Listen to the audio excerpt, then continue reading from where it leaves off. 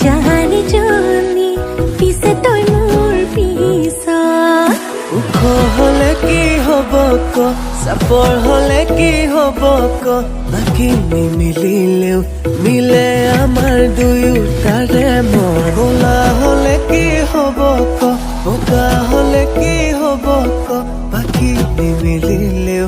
মিলে তোৰে মোৰে হিয়াখন